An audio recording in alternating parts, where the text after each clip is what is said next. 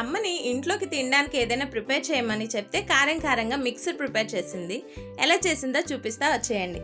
First అయితే శనగపిండిలో బియ్యపిండి ఉప్పు వేసుకొని కొంచెం నీళ్ళు యాడ్ చేసుకుంటూ జంతికల పిండిలాగా కలుపుకోవాలి.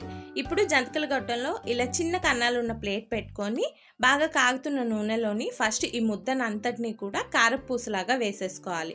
ఇది బాగా వేగినాక తీసేసి పక్కన పెట్టేసుకోండి.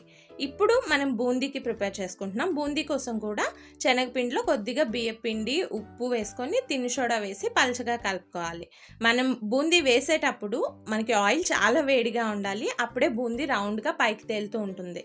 ఇది కరకరలాడినంత వరకు వేయించి తీసేసుకొని ఇందులో వేయించిన పలుకులు, పుట్నాల పప్పు, అటుకులు, కరివేపాకు, వెల్లుల్లి రెబ్బలు, కొద్దిగా ఉప్పు, కారం, ఇంగువ వేసేసి మొత్తం బాగా కలిసేలాగా కలుపుకుంటే ఎంతో రుచిగా ఉండే మిక్సర్ మనకి ఇంట్లోనే ఈజీగా ప్రిపేర్ చేసుకోవచ్చు.